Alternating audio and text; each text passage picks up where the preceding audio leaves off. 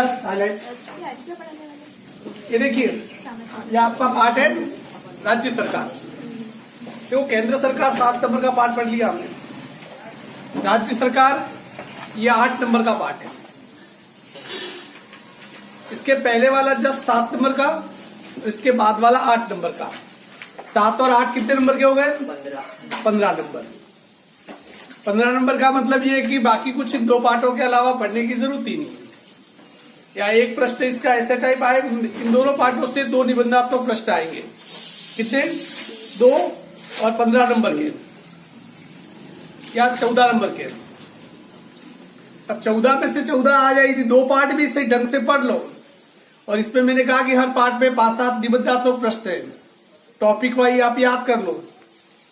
तो ये बहुत ही इजीली ये आप कर सकते हो। जैसे कि राज्य सरकार है, इसमें एक निबंधात्मक प्रश्न तो यहां तक है, और दूसरा है अध्यक्ष के कार्य। ये मैंने यहाँ पर पूरा जितना भी इससे आप नोट्स बना सकते हो, ये पूरा एक निबंधात्मक प्रश्न है। विधानसभा का गठन यहां से और यहां तक ये निबंधात्मक प्रश्न है। मतलब ये भी कि जो भी पढ़ रहे हैं अपन 3 दिनों में पढ़ेंगे, उनमें से कोई एक क्वेश्चन आएगा। मतलब ये तो तय है ना। तो ये मतलब समझिए कि इन तीनों प्रश्नों को आप क्या करोगे, पहले तो यहां मैं क्या बता रहा हूं उसे समझोगे, घर पे जाके विस्तारित नोट्स, एक 1.5 पेज का नोट्स बनाओगे इसका, और फिर 1-2 या 2 दिन में इसको देखने के बाद फिर बिना देखा देखी इसको आप लिखोगे, प्रैक्टिस करोगे। मतलब ये मानो कि बोर्ड के एग्जाम में ये क्वेश्चन आपके आया है और आप इसे वापस क्या कर रहे हो, बोर्ड के एग्जाम में लिख रहे हो। और मैं भी इसका जो राज्य सरकार का होने के बाद केंद्र सरकार वाला जो पार्ट है वो, और राज्य सरकार वाला जो पार्ट है वो, इनमें मैं निबंधात्मक प्रश्न पूछूंगा आपको। 2-3 लगातार इसका सीटी लूंगा, 3-3 निबंधात्मक प्रश्न पूछूंगा, और आपको पूरे याद करने आपको। इससे ये कम से कम ये होगा, इससे ये फायदा होगा कि आपके 15 नंबर कंप्लीट हो जाएंगे। अब हमें क्या करना है कि स्टेप टू स्टेप लेना है। तो जैसे ये हो जाएगा, उसके बाद में अब जैसे मैथमेटिक्स में इसके बाद में स्टार्ट कर दूंगा। मैथमेटिक्स में मुझे ये कि तुम्हारा 80 नंबर का चैप्टर क्लियर करने हैं। उसमें मैं बांटूंगा, पूरे चैप्टर को मैंने 15 भागों में बांट दिया है, और उसका एवरेज बैठा है, जैसे एक भाग का एवरेज बैठा है मेरे 5-5 नंबर का, और कुछ निबंधात्मक प्रश्न है उनके वो 6 नंबर का आता है। इस प्रकार से 80 हो जाएगा। अर्थात कि 15 भागों में बांटा है, तो हर भाग के लिए 3 दिन डिसाइड किए मैंने। अर्थात कि 75 दिन में आराम से कोर्स रिवीजन वो भी हो जाएगा, रिवीजन भी हो जाएगा, और उसका टेस्ट भी हो जाएंगे, और कंफर्म आप सबको वो मैथमेटिक्स के टॉपिक आ जाएंगे। आप में से मुझे ये लगा कि ये बच्चा बहुत कमजोर है, इसके लिए तो 15 या 20 नंबर ही मुझे लाने हैं, तो फिर उसको अलग से बैठा के वो मैं कर दूंगा, उससे क्या पढ़ना है। सब टॉपिक सबके लिए नहीं होंगे। क्लियर? ये देखिए राज्य सरकार, हमने पहले केंद्र सरकार के बारे में पढ़ा। हमने केंद्र सरकार के बारे में आपको अच्छी तरीके से पता है कि आप ये जानते हो कि जैसे कि दिल्ली में बैठी हुई संसद, प्रधानमंत्री, राष्ट्रपति और कैबिनेट, उसका मंत्रिमंडल, जो कि केंद्र को पूरे देश को चलाता है, उसके बारे में पढ़ा। भारत के संविधान में 2 स्तर पे शासन व्यवस्था है। एक तो संघ, यूनियन, जो पूरे देश को चलाता है, और दूसरा होता है राज्य। अर्थात कि इस पूरे भारत को अलग अलग राज्यों में बांटा गया है, और राज्यों में अपनी खुद की सरकारें हैं। अर्थात कि राज्य कैसे चलाना है, ये राज्य का जो मुख्यमंत्री होता है वो डिसाइड करता है, केंद्र उसमें इंटरफेयर नहीं करता है। अर्थात कि राज्यों की अपनी अलग शक्तियां संविधान में दे रखी है, और केंद्रों की भी अपनी अलग शक्तियां दे रखी है। दोनों एक दूसरे की शक्तियों में इंटरफेयर नहीं कर सकते हैं। यह हम बता रहे राज्य की, मसलन ये मान के चलिए कि हम राजस्थान को ही ले रहे हैं। इसमें जो तथ्यात्मक जानकारी है उन्हें मैंने थोड़ा अंडरलाइन कर दिया है, उससे ध्यान रखना। अनुच्छेद 168 के अनुसार देखो, संविधान में पहले से ही सब कुछ प्री प्लान है कि जो आज चल रहा है संविधान के अंदर ऐसा कुछ भी नहीं है कि जो हम कर रहे हैं वो उसमें नहीं लिखा हो। देश का पूरा सिस्टम, पूरी शासन व्यवस्था उस संविधान के आधार पे चल रही है, और वो संविधान जो 1950 को इस देश में लागू हो गया था, अनुच्छेद 168 के अनुसार, या अनुच्छेद 168, राज्यों में 3 स्तरीय शासन व्यवस्था होगी। किसी भी राज्यपाल में एक राज्यपाल होगा, उसकी विधानसभा होगी और विधान परिषद होगी। देखिए, हर राज्य में विधान परिषद नहीं है। ये जो विधानसभा है सब राज्यों में है। हमारे राजस्थान में भी है विधानसभा है, उसका एक मुख्यमंत्री अशोक गहलोत, श्रीमान अशोक जी गहलोत उसके मुख्यमंत्री है। ये इनका पूरा अलग सिस्टम चल रहा है। पर हमारे यहाँ विधान परिषद नहीं है, अर्थात कि कुछ राज्यों में विधान परिषदें भी है। जैसे कि केंद्र में आपने देखा होगा कि लोकसभा होती है, राज्यसभा होती है। ठीक इसी प्रकार 7 राज्यों में, भारत के 7 राज्यों में विधान परिषद भी है। विधानसभा तो है ही है, विधान परिषद भी है।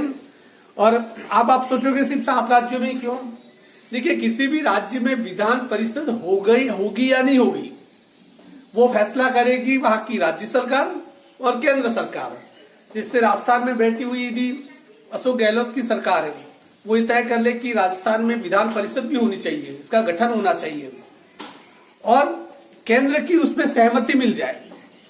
सिर्फ राज्य चाह ले तो कुछ नहीं होगा, केंद्र भी कहते हाँ ठीक है विधान परिषद का गठन होना चाहिए, उस राज्य की सहमति पे मोहर लगा दे तो वहां पर विधान परिषद क्या हो जाएगी, राजस्थान में ही बन सकती है। कुल 7 जगहों पर विधान परिषद है। ये प्रश्न बहुत इंपॉर्टेंट है जीके के हिसाब से, आने वाले समय में कॉम्पिटिशन एग्जाम के हिसाब से। भारत के किन किन 7 राज्यों में विधान परिषदें हैं? सबसे पहले यूपी, उत्तर प्रदेश, दूसरा है जम्मू कश्मीर।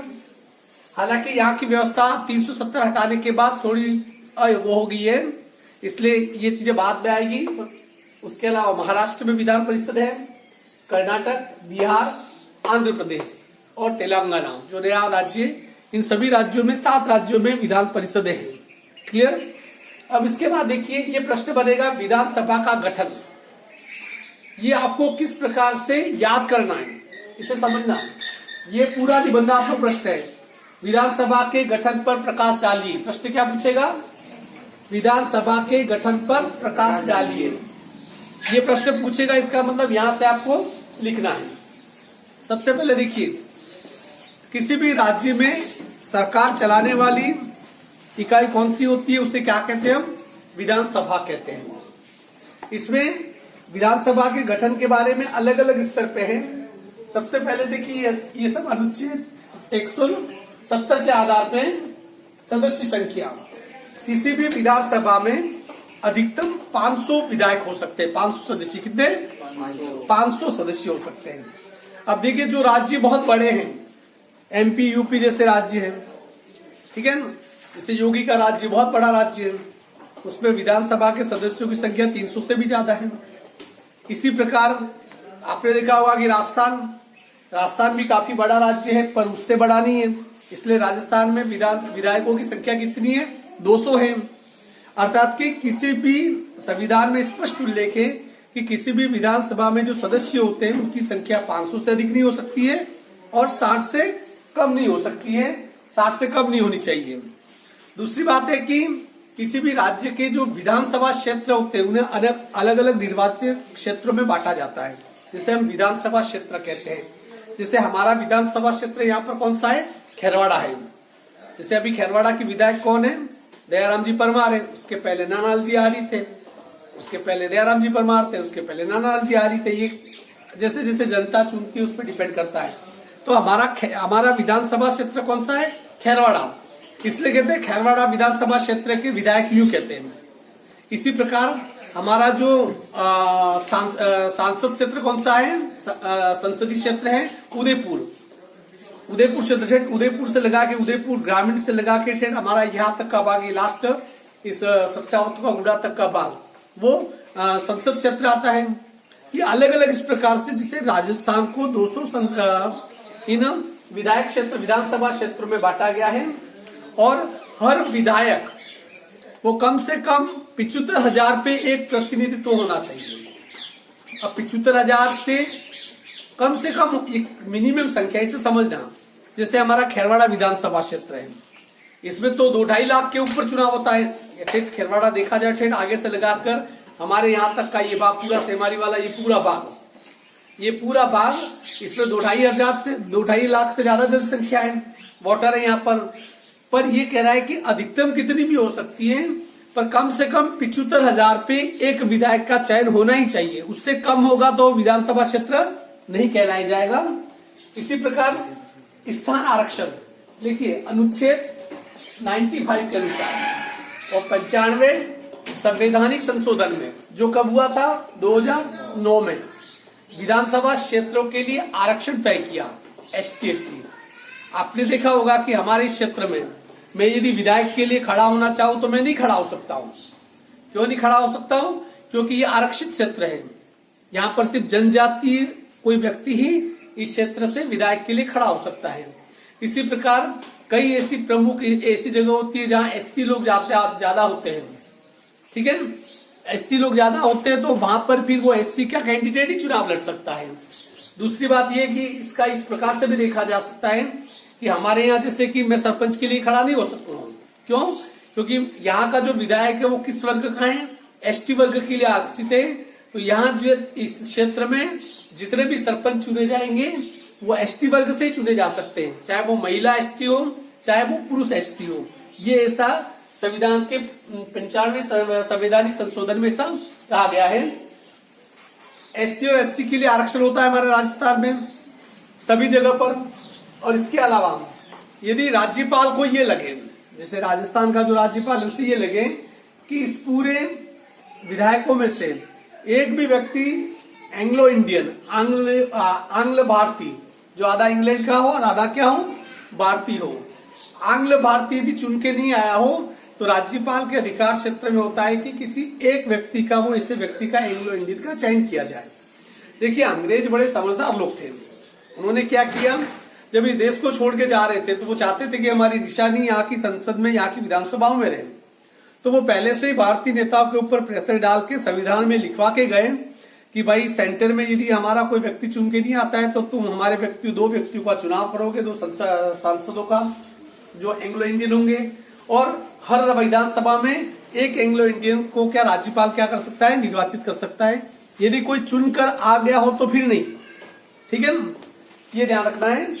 फिर निर्वाचन पद्धति, अब यहाँ पर जो विधानसभा होती है, विधानसभा का जो गठन होता है, विधानसभा का गठन कौन मिलकर करता है? विधायक। जैसे राजस्थान में कितने विधायक हैं? 200 विधायक हैं।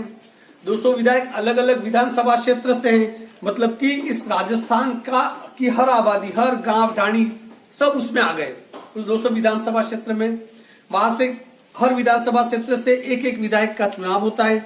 सब अलग अलग पार्टियों पे खड़े होते हैं। जैसे हमारे यहाँ कांग्रेस से खड़े होते हैं, बीजेपी से खड़े होते हैं, BTP से खड़े होते हैं, कई बार निर्दलीय भी खड़े हो जाते हैं। फिर हम क्या करते हैं कि प्रत्यक्ष वोटिंग, जो 18 साल से जो ऊपर वोटर होते हैं, हम क्या करते हैं कि जितने भी विधायक जो उम्मीदवार खड़े हुए हैं उनमें से अपनी अपनी पसंद के हिसाब से वोट देते हैं। और उनमें से उन सदस्यों में से जो सबसे ज्यादा वोट जिसे मिलते हैं वो क्या होता है? विजेता होता है। तो जैसे पूरे खेरवाड़ा क्षेत्र में पिछले चुनाव में दयाराम जी परमार को सबसे ज्यादा वोट मिले तो वो क्या बने? वो विधायक बने। वो कांग्रेस पार्टी के थे। ठीक जिस प्रकार दयाराम जी परमार विधायक बने, इसी प्रकार पूरे राजस्थान में कांग्रेस को सबसे ज्यादा सीट मिली, कांग्रेस के सबसे ज्यादा विधायक चुन के आए। तो सरकार किसकी बनी? कांग्रेस की सरकार बनी। अर्थात कि जैसे हमारे यहाँ 200 विधानसभा क्षेत्र है तो 200 लोग चुन के आएंगे। 200 लोग चुन के आएंगे तो बहुमत के लिए कितनी सीटें चाहिए? 101। जिसको 100 प्राप्त हो गई, दूसरे को भी 100, तो फिर तो 50-50 हो गया। बहुमत किसको मिला ही नहीं।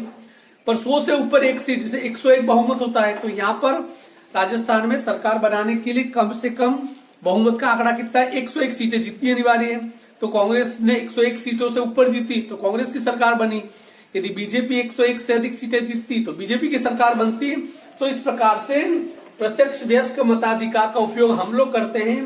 200 विधानसभा क्षेत्रों से हम लोग चुन के भेजते हैं और जिस पार्टी के ज्यादा विधायक होते हैं वो किसका गठन करते हैं? विधानसभा का गठन, उनकी सरकार का वो निर्माण करते हैं। अब जिन लोगों को हम चुनते हैं, जैसे विधायक के लिए कौन खड़ा हो सकता है? तुम चाहो कि मैं तो 18 साल की होगी, मैं तो विधायक बनूंगी, नहीं बन सकते हो। क्यों? क्योंकि उसके लिए अपनी कुछ योग्यता होती है। सबसे पहले कि उसे क्या होना चाहिए?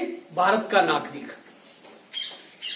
भारत के नागरिक नहीं हो, इंग्लैंड कनाडा से आके आप नहीं लड़ सकते हो। बराक ओबामा कहे मैं तो रिटायर हो गया, फ्री हो गया, अमेरिका मेरे लायक कोई काम नहीं, चलो भारत में जाके चुनाव लड़ू, तो नहीं लड़ सकता है। चुनाव से लड़ना है तो पहले उसे भारत की नागरिकता लेनी पड़ेगी, उसे भारत का सिटीजन बनना पड़ेगा।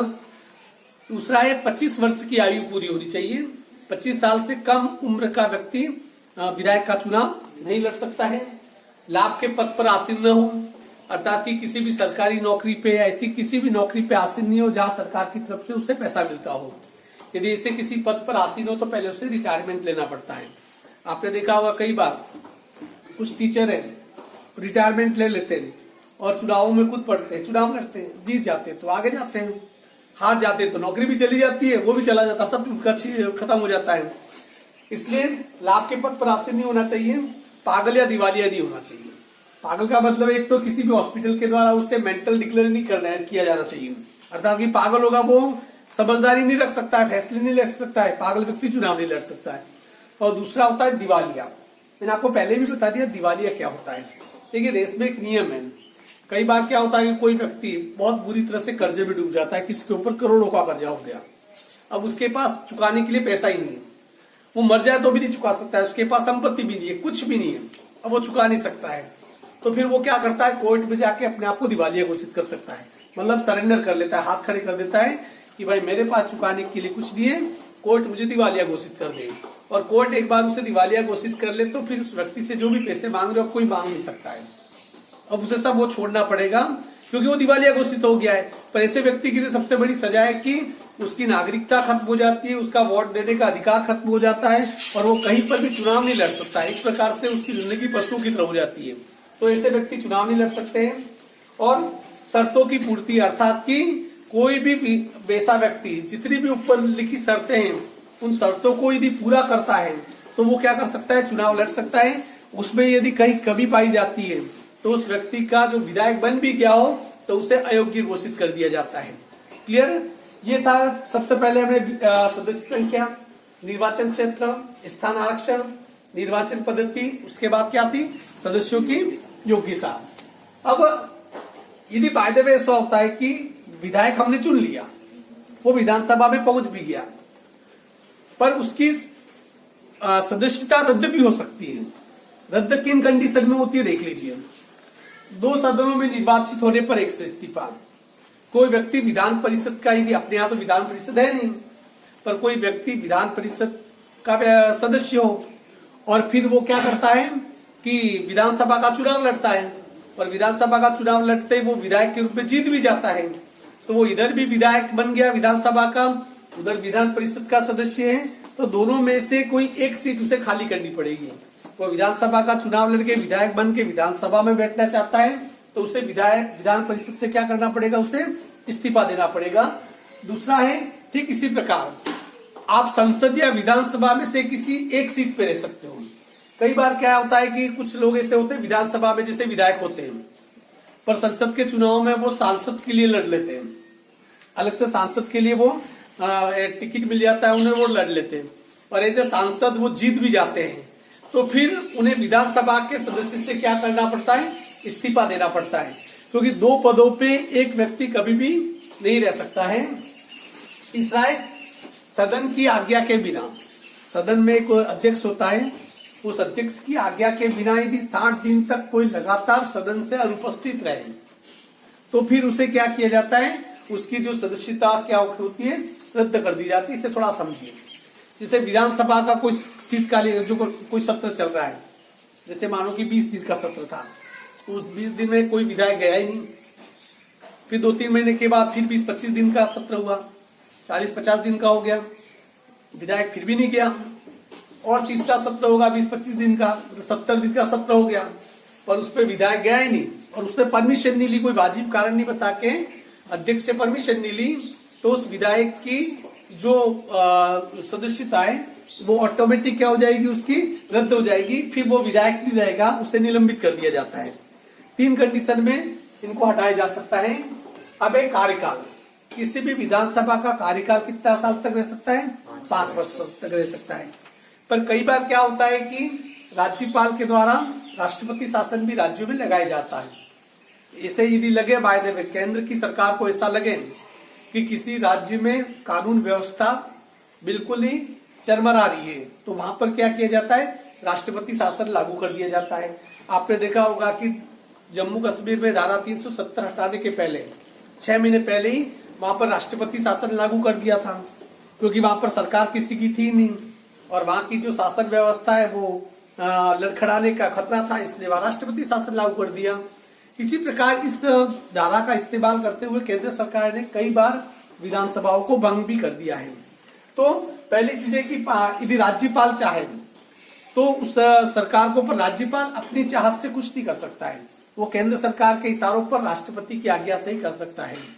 या कभी कभी ऐसा होता है कि जैसे अभी बाय द वे हमारा विधानसभा में जैसे अशोक गहलोत जी मुख्यमंत्री हैं, ठीक है ना, पर अभी ऐसा हुआ देश के ऊपर किसी चीन ने आक्रमण कर दिया और देश के ऊपर एक विकट घड़ी आ गई और देश में आपातकाल लागू कर दे राष्ट्रपति, इमरजेंसी पूरे देश में ही इमरजेंसी लागू हो गई, तो इसका मतलब जो विधानसभा होगी वो भी अपने आप क्या हो जाएगी, निलंबित हो जाएगी। अब वहां पर फिर कोई विधानसभा नहीं रहेगी, सेंटर से देश का एक ही कानून चलेगा।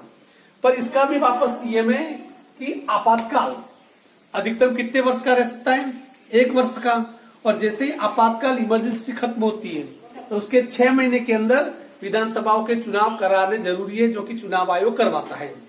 क्लियर। उसके बाद है पदाधिकारी। अब विधानसभा तो जैसे कि 200 विधायक चुन के चले गए, राजस्थान की बात करता हूँ, 200 विधायक चुन के विधानसभा जयपुर चले गए, ठीक है।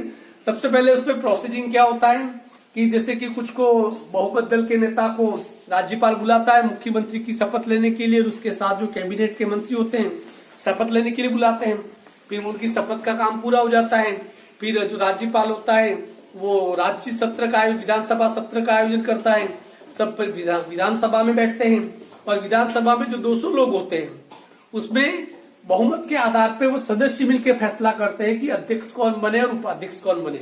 जैसे अभी हमारे विधानसभा के अध्यक्ष कौन है, सीपी जोशी। कौन है? सीपी जोशी अपने ये काकोरी राजपूत वाले। तो वो अध्यक्ष, अक्सर अध्यक्ष उसी पार्टी का होता है जिसका बहुमत होता है। जैसे राजस्थान में किस पार्टी का बहुमत था उस समय चुनाव हुए, उस समय कांग्रेस का, तो उपाध्यक्ष किसका बना, कांग्रेस का। और फिर उपाध्यक्ष फिर तय किया जाता है, वही सदस्य मिलकर तय करते हैं। यदि सत्ता पक्ष के पास ज्यादा बहुमत है तो उपाध्यक्ष भी अपना बना सकता है, पर यदि लग जाए कि बहुमत थोड़ा कम है तो हो सके वो कभी कभी जो विपक्षी दल के नेता को भी उपाध्यक्ष बनाया जा सकता है। पर इनका चुनाव किसके द्वारा किया जाता है, वो जो विधायक होते हैं विधानसभा बैठे हुए उनके द्वारा। अब यदि अध्यक्ष अपना त्याग पत्र देना चाहे, अध्यक्ष उपाध्यक्ष बना दिए जाते हैं, अध्यक्ष अपना त्याग पत्र देना चाहे तो वो किसे देगा, उपाध्यक्ष को देगा। और उपाध्यक्ष अपने पद से त्याग पत्र देना चाहे तो वो अपना त्याग पत्र किसको देगा, अध्यक्ष को देगा। अध्यक्ष उपाध्यक्ष को या उपाध्यक्ष अध्यक्ष को दे सकता है। अब सबसे पहले किसी भी विधानसभा में जो अध्यक्ष होता है वो बहुत ही महत्वपूर्ण होता है। सबसे पहला काम कि आपने विधानसभा, ये देखिए आप एक बार YouTube पे जाके राजस्थान विधानसभा की कार्रवाई करके सर्च करना, आपको कम से कम वो पूरी विधानसभा नजर आएगी, वहां बैठे हुए विधायक नजर आएंगे, गोल चेयर होती है, पक्ष के लिए अलग स्थान होता है, विपक्ष के लिए अलग होता है, चंद्राकार बिल्कुल टेबल लगी होती है, उसके ठीक सेंटर में नीचे बेल कहते हैं जिसे, वहां पर अध्यक्ष का क्या होती है, अध्यक्ष की कुर्सी होती है, और उसके सामने अध्यक्ष के नीचे की तरफ जो सचिव वगैरह होते हैं, जो इनके कर्मचारी होते हैं, जो लिखने वाले, जब सब चीजों का ध्यान रखने वाले वो बैठे होते हैं, और किसी विधानसभा की कार्रवाई चलती है। पर उस कुर्सी में बैठे हुए, अध्यक्ष की कुर्सी में बैठे हुए अध्यक्ष का मतलब कहा जा सकता है कि he just a monitor of the class, वो क्लास का मॉनिटर होता है। वो पूरे 200 विधायकों को संभालने का काम किसका होता है, उस अध्यक्ष का होता है। और अध्यक्ष विधानसभा में सबसे बड़ी शक्ति होता है। देखिए उस विधानसभा में यदि मुख्यमंत्री भी बैठा हुआ है तो भी अध्यक्ष से बड़ा नहीं है, वो अध्यक्ष की कुर्सी मुख्यमंत्री की कुर्सी से ऊपर है, क्योंकि उस जगह पर मुख्यमंत्री बैठा हुआ है तो मुख्यमंत्री भी सिर्फ एक विधायक के बराबर होता है। वह सर्वे सर्वा उस सदन में कौन होता है, उस विधानसभा सदन में सर्वे सर्वा होता है, अध्यक्ष होता है। और अध्यक्ष जब कभी नहीं हो तो उसकी अनुपस्थिति में कार्रवाई कौन करता है, उपाध्यक्ष करता है। उसकी कुर्सी पे कौन बैठता है, उपाध्यक्ष करता है। उपाध्यक्ष भी यदि अध्यक्ष की कुर्सी बैठ जाए तो उस समय उसके पास वही अधिकार होते हैं जो कि अध्यक्ष के पास होते हैं। सबसे पहले देखिए इस अध्यक्ष के कार्य क्या है, ये अलग से प्रश्न पूछ सकता है। इसके कुल मिला के 10 काम है अध्यक्ष के। सबसे पहले बैठकों की अध्यक्षता करना, इसे समझिए। बैठकों की अध्यक्षता करना मतलब जितने भी विधानसभा सत्र आयोजित किए जाएंगे उसकी अध्यक्षता कौन करता है? हमेशा विधानसभा अध्यक्ष ही करता है। ये अगर मगर नहीं होता है, आज मेरी तबीयत खराब है तू अध्यक्षता कर ले, ऐसा नहीं चलता है। मॉनिटर आज नहीं आया तो उसकी जगह दूसरा मॉनिटर बना दिया, इसमें ऐसा नहीं चल सकता है। तो उसकी अध्यक्षता करने का काम और कार्यवाही संचालन करने का काम। कार्यवाही संचालन करने का काम मतलब कि देखिए विधानसभा में बहुत सारे काम होते हैं, जिसे जमीन से जुड़े मुद्दों को उठाना, कहीं पर कोई समस्या होगी है तो विधायक अपने क्षेत्र के मुद्दे उठाएगा, उसका समाधान। जैसे कि किसी क्षेत्र में विधायक, जैसे वायदे में मान लीजिए कि जैसे खेरवाड़ा विधानसभा क्षेत्र है, ठीक है, यहाँ पर सोमकागदर डैम से नहरें निकलती है और सैकड़ों हेक्टेयर भूमि में खेती होती है। परंतु चूंकि किसी साल हो सके कि सोमकागदर में पानी नहीं आया हो, पानी कम हो, या हो सके कि नहर जगह जगह से टूट फूट गई हो तो खेतों तक पानी नहीं पहुंच पा रहा हो, तो हजारों लोगों को समस्या का सामना करना पड़ रहा है। तो वो खेरवाड़ा जो विधानसभा का जो विधायक है वो उसकी आवाज कहाँ उठाएगा? विधानसभा में उठाएगा। और विधानसभा में उठाएगा कि इसका जवाब दीजिए। तो फिर जो सत्ता पक्ष होती है, जो सत्ता पक्ष है उसमें जैसे कि ये जिससे काम किसका है? सिंचाई विभाग का है। तो सिंचाई विभाग का जो मंत्री होगा वो उसके बारे में पूरा जवाब देगा कि इसकी वजह क्या है और इस समस्या के समाधान के लिए सरकार क्या करेगी, उससे प्रस्ताव आएगा और उसके लिए फिर नहरों की मरम्मत करना, ऐसा कुछ करना, उसके लिए करोड़ों का बजट आवंटित करने का काम वो करते हैं। अर्थात कि ये प्रोसेस, पूरा प्रोसीडिंग किसमें चलती है? विधानसभा में चलती है। जैसे आपने देखा होगा कि हमें यहाँ से संगमेर सर्दी जाना हो तो ये पूरा घूम के जाना पड़ता है। आप सीधे नहीं जा, सीधे जाओ तो नाव में बैठ के जाना पड़ेगा, ठीक है ना।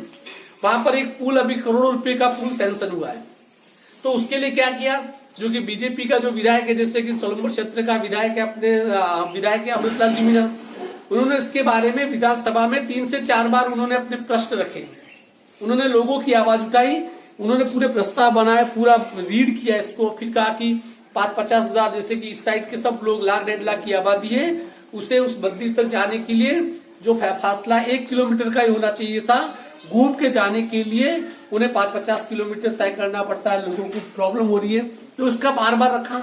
तो फिर सरकार की तरफ से उसके लिए समाधान के लिए क्या बजट आया, करोड़ों का बजट आया। थोड़े समय के बाद यहाँ पर क्या हो जाएगा, पुल बनना स्टार्ट हो जाएगा। तो जैसे ही पुल बनेगा हमारी समस्या का समाधान हो जाएगा। तो ये जो कार्रवाई होती है उस सब कार्रवाई को कौन करता है? विधानसभा का अध्यक्ष। सदन में शांति व्यवस्था, अर्थात कि सदन में शोरगुल नहीं हो। आपने देखा होगा कि चाहे संसद हो चाहे विधानसभा हो, कितना चिल्लाते ये लोग, चीखते, बोलते सब है, सुनता कोई किसी की नहीं है। परंतु इस व्यवस्था को बनाए रखने के लिए कौन इस पे जिम्मेदार होता है? उसके लिए अध्यक्ष चुप रहने का काम वही कराता है। और यदि कोई अनुशासनहीनता कर रहा है तो उसे टांगा टोली करके विधायकों को बाहर भिजवा देते हैं। मार्शल होते हैं, उन्हें वहां अंदर जो होते हैं मार्शल। विधानसभा अध्यक्ष ये कह दें तो उन विधायकों को दो पैर तो हाथ पकड़ के उस जो सेंट्रल हॉल होता है वहां से उनको निकाल के बाहर ले जाते हैं। और कई फिर मीटिंगों के लिए उन्हें निलंबित कर दिया जाता है, सस्पेंड कर दिया जाता है। अनुशासनहीनता के आरोप में इतने दिनों तक तुम सदन में नहीं आओगे। ये कार्यवाही सब कौन करता है? विधानसभा अध्यक्ष। अध्यक्ष की आज्ञा से ही बोला जा सकता है। अर्थात कि आपको कोई प्रश्न पूछना है, जैसे यू हाथ खड़ा करके अपनी मर्जी से मैं ये पूछना चाहता हूं, नहीं चलेगा। आपको कोई क्वेश्चन पूछना है तो आपको पहले विधानसभा अध्यक्ष के पास शॉर्ट लिस्ट कराना पड़ेगा कि ये भाई प्रश्न, मेरा ये क्वेश्चन है, इस मुद्दे पे मैं बोलना चाहता हूं। तो फिर वो विधानसभा अध्यक्ष क्या करता है कि उसके पास कितने प्रश्न आए, हर प्रश्न के लिए टाइम वगैरह फिक्स करता है और उसके एक पूरा विवरण बनाता है और उसे विधानसभा के पटल पर रखा जाता है। और उसके हिसाब से फिर जब विधानसभा अध्यक्ष वो कहता है कि अमृतलाल जी मीणा, तो वो बोलेंगे, जयराम जी परमार, तो फिर वो बोलेंगे। इस प्रकार से क्रम सेट करने का काम कौन करता है? अध्यक्ष करता है। असंसदीय शब्दों को कार्रवाई से हटाना। कई बार क्या होता है कि सदन में कभी ऐसी असंसदीय भाषा, अमर्यादित भाषा का प्रयोग कोई विधायक कर ले। चूंकि विधानसभा हो चाहे संसद हो, जो भी कार्रवाई होती है वो पूरी रिकॉर्डेड होती है। अर्थात कि विधायक एक एक शब्द भी बोलेगा तो वो भी लिखा जाता है। इसमें कोई विधायक इसे किसी गैर मर्यादित शब्दों का इस्तेमाल कर दे उस प्रोसीडिंग के दौरान और विधानसभा अध्यक्ष को लगे कि ये तो अमर्यादित शब्द है, तो उस पूरी कार्रवाई से जो उसकी वीडियो बनी होती है वो और उसकी पूरी कार्रवाई से उस शब्दों को क्या कर दिया जाता है? हटाने का काम विधानसभा अध्यक्ष करता है। सदन की कार्रवाई का क्रम, सदन में किस प्रकार से कार्रवाई चलेगी, पहले कौन कौन से काम होंगे, इन सभी कामों का क्रम का निर्धारण भी विधानसभा अध्यक्ष करता है। प्रश्नों को स्वीकार करना है, अस्वीकार करना है। कोई प्रश्न पूछना चाहता है, अब वो प्रश्न पूछे जाने योग्य है या नहीं, या कोई प्रस्ताव संसद में कोई रखना चाहता है, वो प्रस्ताव रखे जाने योग्य है या नहीं, इसको स्वीकारने और अस्वीकारने का काम भी कौन करता है? विधानसभा अध्यक्ष करता है। मतदान परिणाम की घोषणा, और कई बार क्या होता है कि देखिए जो विधानसभा में कई विधेयक भी पारित करते हैं, कानून वगैरह बनाने पड़ते हैं, विधेयक पारित करते हैं। फिर विधेयक पारित होने के बाद उसमें ये नियम होता है कि बहुमत होगा तो ही विधेयक पारित होता है। तो उसके लिए कई बार शक्ति परीक्षण होता है, किसी विधेयक को बनाने के लिए वोटिंग होती है, और उस वोटिंग के दौरान उसकी वोटिंग के बाद जो परिणाम की घोषणा की किसे बहुमत मिला, किसे नहीं मिला, विधेयक पारित होगा या नहीं, इस परिणाम की घोषणा कौन करता है? विधानसभा अध्यक्ष करता है। निर्णायक मत का अधिकार, कई बार क्या होता है, जैसे अपन यही बात करें राजस्थान की, जैसे किसी विधेयक के ऊपर चर्चा हो गई, फिर उसके ऊपर मतदान हुआ, जैसे इसमें मतदान के उस विधेयक के पक्ष में 100 वोट पड़े और विधेयक के विपक्ष में भी 100 मत पड़े, बराबर हो गए, मैच टाई हो गया। अब निर्णय कैसे करें? तो जब इस कंडीशन में फिर वो निर्णायक मत वोटिंग करने का काम किसका होता है? अध्यक्ष का होता है। अध्यक्ष अपनी स्व विवेक का इस्तेमाल करता है, उसे लगता है कि नहीं पक्ष में वोट करे विपक्ष में, तो वो अपना वोट जिधर दे देगा, वो फिर उस हिसाब से, जैसे कि पक्ष में यदि 100 वोट है, विपक्ष में यदि अध्यक्ष पक्ष में वोट दे देता है, तो पक्ष वालों की संख्या 101 हो गई, तो वो विधेयक बन जाएगा।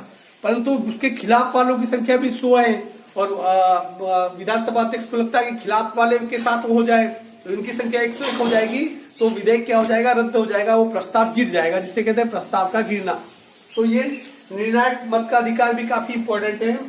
धन विधेयक का निर्धारण, अर्थात कि कौन सा विधेयक, जैसे कि जब कोई विधेयक रखे जाते हैं कानून बनाने के लिए, कोई प्रस्ताव रखे जाते हैं, तो वो प्रस्ताव धन विधेयक है या साधारण विधेयक, अर्थात कि एक कानून वो होते हैं जो रुपये पैसों से उससे संबंधित होते हैं, उसे कहते हैं धन विधेयक। कि कोई भी विधेयक धन विधेयक है या सिंपल साधारण विधेयक, इसका निर्धारण जब भी इसके बारे में कोई यदि वाद विवाद हो, तो इसका निर्धारण करने का काम कौन करता है? अध्यक्ष कहता है। यदि अध्यक्ष कह दे कि धन विधेयक है तो उसे धन विधेयक माना जाता है, अध्यक्ष कह दे कि ये साधारण विधेयक है तो उसे साधारण विधेयक माना जाता है। उसके अलावा दल बदल याचिकाओं पर निर्णय, और इसमें कई बार क्या होता है कि बहुत सारे जो विधायक होते हैं दल बदलते हैं, आया राम गया राम।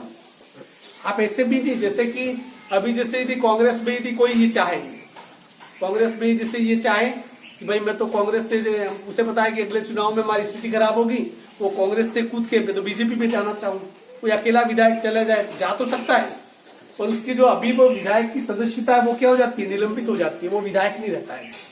हाँ, पर इसके लिए भी है कि यदि किसी भी दल में जितने लोग हैं उसका 1/6 भाग एक साथ छोड़ के चला जाए, तो उसे उसकी सदस्यता रद्द नहीं होती है। यदि कोई व्यक्ति जैसे कि किसी पार्टी में जैसे 100 है, ठीक है ना, 100 में से यदि उसका 6वां हिस्सा, जिससे कि 100 है तो ये 15-20 मान लो, 15-90 17 लोग मान लो। यदि 100 में से 17 विधायक एक साथ ये सोचे कि हमें तो इस पार्टी से रहना ही नहीं है, और वो किसी दूसरी पार्टी में ज्वाइन करना चाहे तो जा सकते हैं अपनी दूसरी पार्टी बनाकर, उस कंडीशन में उनकी सदस्यता, जो विधायक की सदस्यता है, वो कभी भी रद्द नहीं होती है। और इन सभी का परिणाम दल बदल याचिकाओं पर निर्णय लेने का काम कौन करता है? विधानसभा अध्यक्ष करता है। देखिए, पॉलिटिकल साइंस बोर लगती है, मुझे पता है, मैं कोशिश ये करता हूं कि इसे इंटरेस्टिंग करके पढ़ाया जाए। कोई भी पढ़ाएगा आपको बोर ही लगेगी, मैं तो पूरी कोशिश करता हूं कि मैं बोल रहा हूं जो यहाँ पर लिखा हुआ है तुम लोगों को समझ में आ जाए। पर हमें ये है कि देखो, राजनीति भले कितनी भी बोर हो, पर हमारे जीवन का सबसे बड़ा हिस्सा है। हमें राजनीतिक रूप से हमें जागृत होना चाहिए, हमें जानना चाहिए। एक्चुअल में हम लोगों को कुछ भी इसके बारे में नॉलेज नहीं होता है, इसलिए पिछले 70 साल से बोने लोग हम पे राज कर रहे हैं। हम पे राज करने वाले कौन है? निरक्षर, जंगली, जाहिल, पढ़े लिखे गुंडे, अनपढ़, गवार, स्मगलर, बलात्कारी। ज्यादातर आप देखिए, आप संसद के आंकड़े उठा लीजिए, आप विधानसभाओं के आंकड़े उठा लीजिए, 30 से 40% लोग ऐसे होते हैं जिनके ऊपर केस दर्ज है, अर्थात कि आपको विधायक बनना है तो आपको चोर उच्चका होना जरूरी है, आपको स्मगलर होना जरूरी है, आपको रैपिस्ट होना जरूरी है। ये सभी आपके विधायक बनने के लिए सहमति के लिए ठप्पा लग जाता है। हाँ, ये आदमी काबिल है। आज यदि कोई ईमानदार व्यक्ति हो, बिल्कुल शुद्ध ईमानदार व्यक्ति, वो चुनाव तो लड़ ही नहीं सकता है। पहली बात क्यों? क्योंकि उसे करोड़ों रुपया खर्च करना पड़ता है। और हम आजकल के मतदाता भी इतना समझदार हो गए, बिना कुछ लिए दिए तो वोट देते ही नहीं है। चुनाव के एक दिन पहले घर घर में दारू बढ़ जाती है। ये लोकतंत्र ऐसा है जो दारू के एक बोतल के ऊपर बिक जाता है। चंद 100-200 रुपयों के लिए हम अपना ईमान बेच देते हैं, अपना वोट बेच देते हैं। ये वो लोकतंत्र है। हम इसलिए परिपक्व लोकतंत्र में आते नहीं है क्योंकि हमें लगे हम उम्मीदवार को देखकर वोट देते का है। इसलिए राजनीति की एबीसीडी समझना जरूरी है। और एक्चुअल में मेरा माना जाए कि आपके कोर्स में जैसे ये कहा जाता है कि विद्यार्थियों को राजनीति से दूर रखो, मैं कहा नहीं, छठी के बाद से विद्यार्थियों को राजनीति सिखाना शुरू कर दो। कम से कम अच्छी राजनीति सीखेगा, वो पढ़ा लिखा व्यक्ति है, उसे पता है कि वोट कहाँ देना चाहिए, कहाँ नहीं देना चाहिए, कौन देश हित में है, कौन देश के खिलाफ है, कौन सा निर्णय हमारे पक्ष में, ये समझदारी कहाँ से आएगी। और हम लोग क्या समझते हैं, राजनीति कीचड़ है और हम गाली देते हैं। अरे कीचड़ कहने से कीचड़ साफ नहीं होता है, उसको साफ करने के लिए आपको कीचड़ में उतरना पड़ेगा, पर उतरना कोई नहीं चाहता है। और हम अपनी सुविधा घरों में बैठकर, अपने घरों में बैठकर टीवी के सामने देखकर, हाथ में चाय का एक प्याला लेकर और टीवी पे जो चर्चा चलती है उस चर्चा को देखते हुए कहते हैं कि डार्लिंग ये देश तो बड़ा खराब हो गया। हमारी चर्चा का विषय ये होता है, हम आपस में बातें करते हैं, ऐसा ही है, पर इसको बदलना कोई नहीं चाहता है। आप आश्चर्य करते हैं कि हमारे यहाँ 40% लोग तो वोट देने ही नहीं चाहते। आपको 2 रुपए किलो वाला गेहूं चाहिए, आपको फ्री का शौचालय चाहिए, आपको पीएम आवास चाहिए, आपको गैस पे सब्सिडी चाहिए, आपको सब फ्री में चाहिए, सब कुछ, पर वोट देने आप भी जाओगे और आप क्या कहोगे, वोट देने से किसका भला हुआ है, सरकार ने हमारा क्या किया है। अरे इतना कुछ किया है, कम से कम इतना तो किया है कि तुम तुम्हारे घरों में सुरक्षित हो। इतना तो कम से कम किया है। जिस देश में मतदान नहीं होता है वहां सरकारें लूली लंगी और अपाहिज होती है। इसलिए इसमें थोड़ी रुचि पैदा करना शुरू कर दीजिए। आज के 2 क्वेश्चन है, सबसे पहले विधानसभा का गठन और दूसरा है इसका अध्यक्ष के कार्य। ये दोनों है, आप इसके नोट्स बना देना और मुझे बेहद खुशी होगी यदि आप नोट्स बना के कि ये इसका तो विधानसभा के गठन का नोट्स, ये अध्यक्ष के कार्य का, ये इसलिए थोड़ा किताब में पढ़कर किताब की मदद से आप बना के भेज देंगे। वीडियो देखते हुए ये नोट्स भी आप चाहे तो उतार सकते हैं। ये भी मैंने सटीक की नोट्स लिखवाए, आप अपनी तरफ से चाहे तो उसमें थोड़ा बहुत जोड़ सकते हैं। टेक ए ब्रेक, 5 मिनट का ब्रेक, थक गया बोल।